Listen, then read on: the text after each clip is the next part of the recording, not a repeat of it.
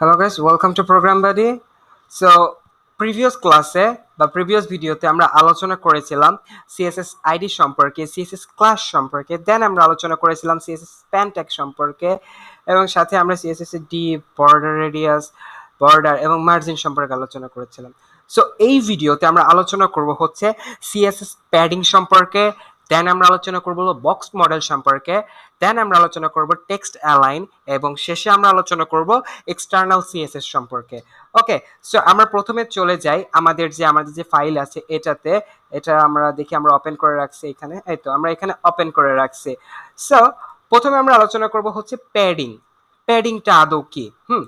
প্যাডিংটা আর margin এই দুটার কাজ মোটামুটি সেম, শুধুমাত্র মার্জিনটা কি করে, মার্জিনটা আমাদের এই বাইরের দিকে স্পেস দেয়, রাইট? আমরা যদি মার্জিন যদি বটম 20 পিক্সেল দিই তাহলে এটা নিচের দিকে জায়গা ছেড়ে দেয়। আর প্যাডিং করে কি, প্যাডিং হচ্ছে তোমার ভেতরের দিকে জায়গা ছেড়ে দেয়। লাইক এই যে এখানে যে সেন্ট মার্টিন আছে, দেন হচ্ছে সুন্দরবন আছে, এগুলো কি এই যে এটার সাথে একদম গা ঘেঁষে লেগেই রয়েছে, রাইট? সো আমরা চাইলে কিন্তু এটার একটা যদি এখন এখানে প্যাডিং দিই, এটার ক্লাস নেম দিচ্ছি আমরা সেন্ট মার্টিন। সো এটা একটা আমরা ক্লাস নেম, এটা আমরা ব্লক দিয়ে দিই, এটার ক্লাস নেমটা আমরা ব্লক দিয়ে দিই। এটা তোমরা অলওয়েজ যখন তোমরা কোডিং করবে তোমরা অবভিয়াসলি একটা মিনিংফুল নাম দিবা, তাহলে কজ তুমি যে এটা একটা কোর একটা থিং, যে তুমি যখন কোডিং করবা তোমার যে ট্যাগস বা তুমি যে আইডি বা ক্লাস যেগুলো তুমি ইউজ করো না কোনো একটা মিনিংফুল নেম দিবা, কজ তুমি যে ওয়েবসাইটটা বানাবা সেটা হয়তো অন্য কেউ একটু কাজ করতে পারে, তো সে যদি নাই বুঝতে পারে তুমি কোন ক্লাস নেম কি জন্য ইউজ করছো তাহলে কিন্তু প্রবলেম। সো এই যে এখানেও আমরা সেম নাম দিয়ে দিই, ব্লগ, কন্ট্রোল সেভ দিয়ে দেন হচ্ছে আমরা এখানে যে আসি। সো এখন আমরা হচ্ছে চাচ্ছি যে এই যে ভেতরের দিকে আমরা কিছুটা জায়গা নিতে। হ্যাঁ, সো আমি যদি এখানে চলে যাই, এখানে যদি আমি প্যাডিং দিয়ে দিই, প্যাডিং সাপোজ ধরো প্যাডিং দিয়ে দিলাম হচ্ছে 20 পিক্সেল।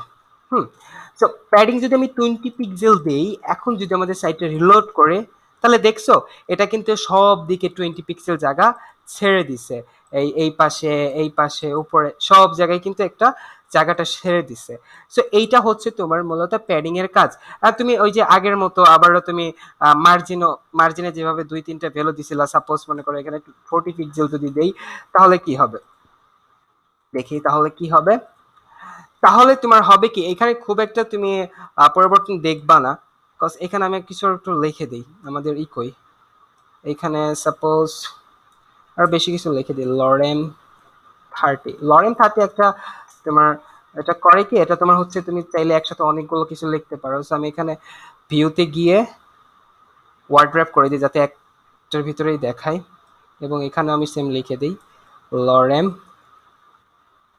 30। তো এখানে লরেন 30 আমার এখানে 30টা মানে 30টা ওয়ার্ডে অ্যাড করে দিছে। সো এখন যদি আমি যাই আমাদের সাইটে তাহলে তুমি কিছুটা হইলেও তুমি একটু ডিফারেন্স দেখতে পারবা। সো আমি আবার যদি একটু সিএসএস এসে চলে যাই, প্যাডিং এ চলে যাই।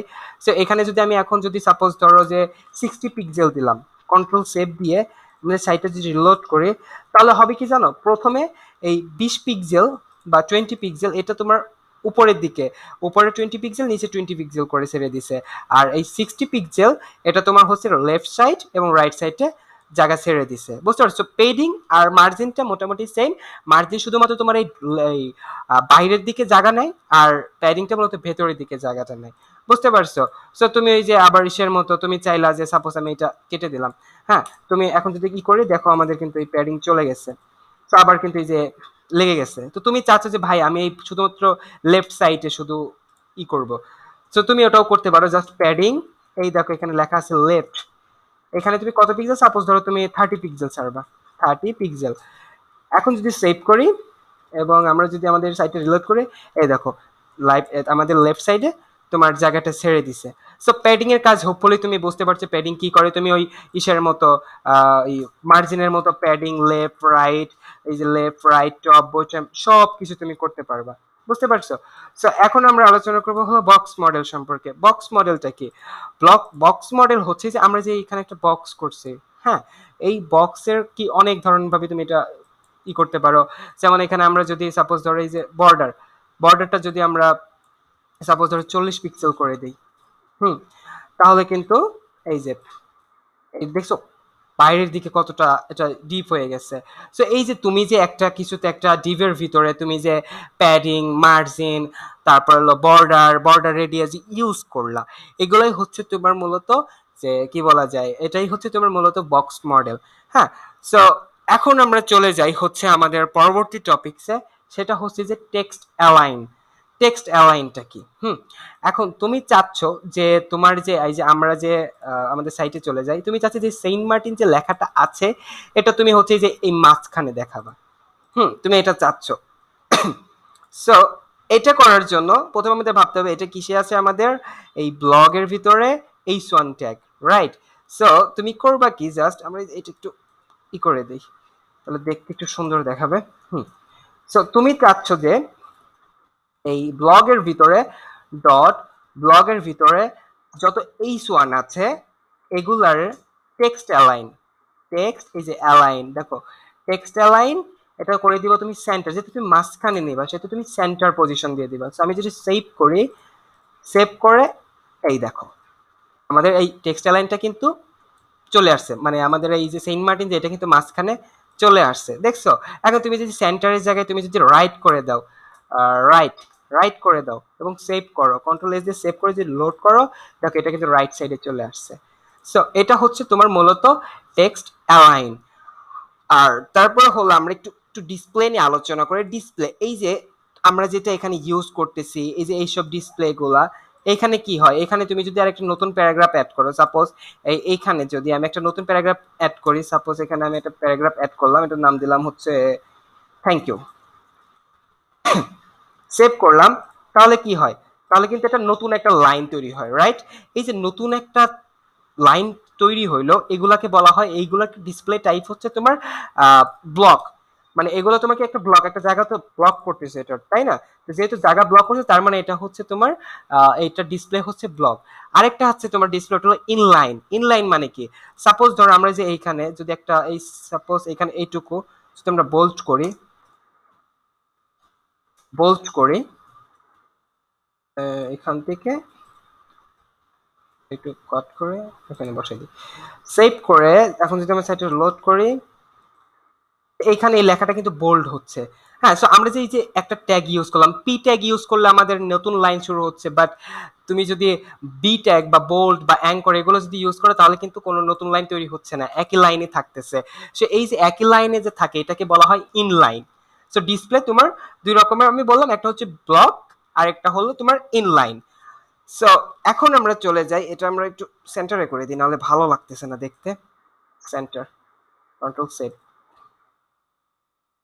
তো এখন আমরা আলোচনা করব হচ্ছে আমাদের পরবর্তী যে এবং লাস্ট যেটা, সেটা হলো এক্সটার্নাল সিএসএস।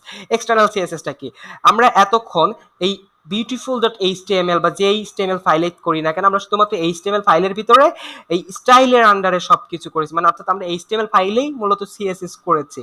বাট তুমি যখন ভালো, যখন ফিউচারে যখন প্রোডাকশন লেভেল বা কিউএ লেভেলের বা যখন তুমি প্রফেশনালি যখন কোডিং করবো তখন কিন্তু তোমার অবভিয়াসলি সিএসএস এর জন্য আলাদা ফাইল থাকবে। সো আমরা কিভাবে এই স্টাইলগুলো আমরা সিএসএস ফাইলে করব, এটা করার জন্য প্রথমে তুমি যে এখানে একটা ফাইল নিবা, ফাইলের নেম দিলাম সাপোজ ধরো স্টাইল ডট, আমরা কি ফাইল করব, সিএসএস। সো এই জন্য আমরা সিএসএস দিলাম, এন্টার করলাম।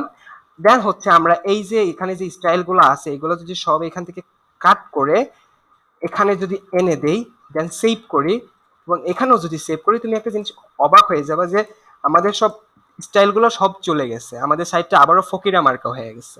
হ্যাঁ, এখন এটার মেন কারণ আমরা তো স্টাইলগুলো সরাই অন্য ফাইলে নিয়ে আসছি, রাইট? এখন এই ফাইল তো আর এই ফাইলের সাথে কানেক্টেড নাই, কানেক্টেড না থাকলে তো আমাদের স্টাইলগুলো দেখাবে না। তো এই যে এইচটিএমএল ফাইলটাকে এই সিএসএস ফাইলটাকে স্টাইল এই তোমার এই এইচটিএমএল ফাইলের সাথে অ্যাড করার বা কানেক্ট করার জন্য তুমি লিখবা যে লিংক, এই দেখো সিএসএস লেখা আছে, দেখছো?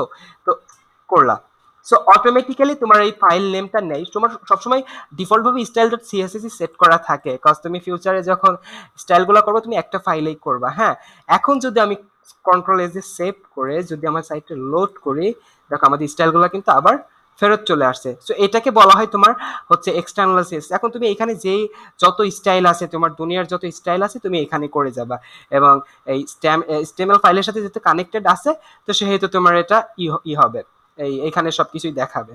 ওকে, সো হোপফুলি তুমি বুঝতে পারছো যে তুমি কিভাবে কি করবা না করবা, বা কিভাবে তুমি একটা স্টাইল মানে সিএসএস ফাইলকে তুমি এইচটিএমএল ফাইলের সাথে কানেক্ট করবা।